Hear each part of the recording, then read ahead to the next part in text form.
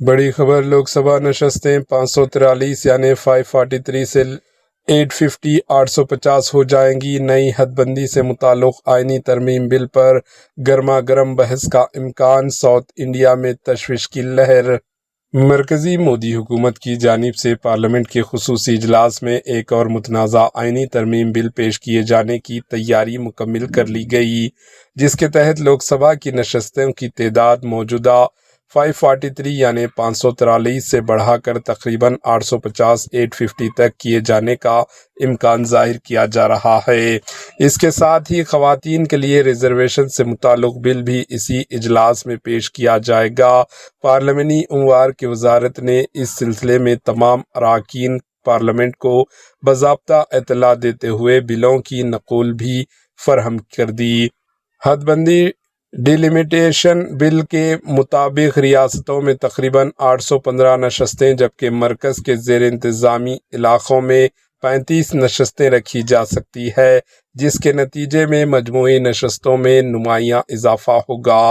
حکومت کا منصوبہ ہے کہ پارلیمنٹ سے منظوری کے بعد ایک نیا ڈیلیمیٹیشن کمیشن تشکیل دیا جائے جو نئی مردم شماری کے عدد و شمار کی بنیاد پر حلقہ بندیاں اور نشستوں کی تقسیم کا عمل مکمل کرے۔ ذرائع کے مطابق یہ عمل تیزی سے مکمل کر کے 2029 کے عام الیکشن میں نافذ کرنے کا ہدف رکھا گیا۔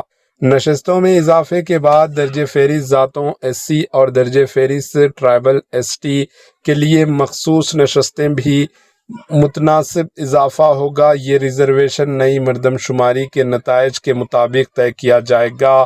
اطلاعات یہ بھی ہے کہ حکومت بھارت بھر میں لوک سبھا اور اسمبلی نشستوں میں اوسطاً 50% اضافہ کرنے پر غور کر رہی ہے۔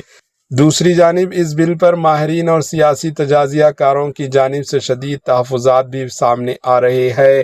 معروف سیاسی تجزیہ کار یوگیندر یادو نے اس بل پر سخت تنقید کرتے ہوئے کہا ہے کہ یہ ترمیم موجودہ نشستوں کی تقسیم کے تناسب کو برقرار رکھنے کی کوئی ضمانت فراہم نہیں کرتی۔ ان کے مطابق 1971 کی مردم شماری کی بنیاد پر نافذ نشستوں کی تقسیم پر عائد پابندیوں کو مکمل طور پر ختم کیا جا رہا ہے، جو پہلے 2026 تک بڑھائی گئی تھی۔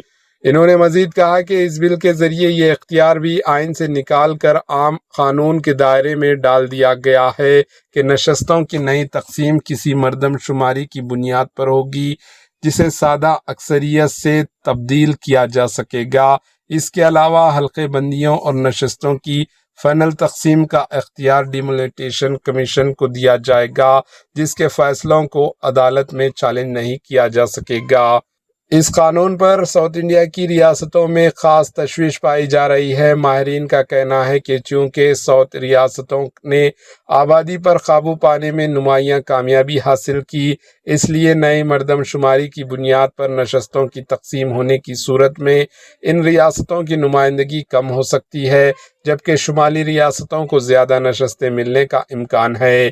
اس صورتحال کو ساؤتھ ریاستوں اپنے ساتھ ناانصافی کے طور پر دیکھ رہی ہے اور سیاسی سطح پر اس پر بحث تیز ہوتی جا رہی ہے۔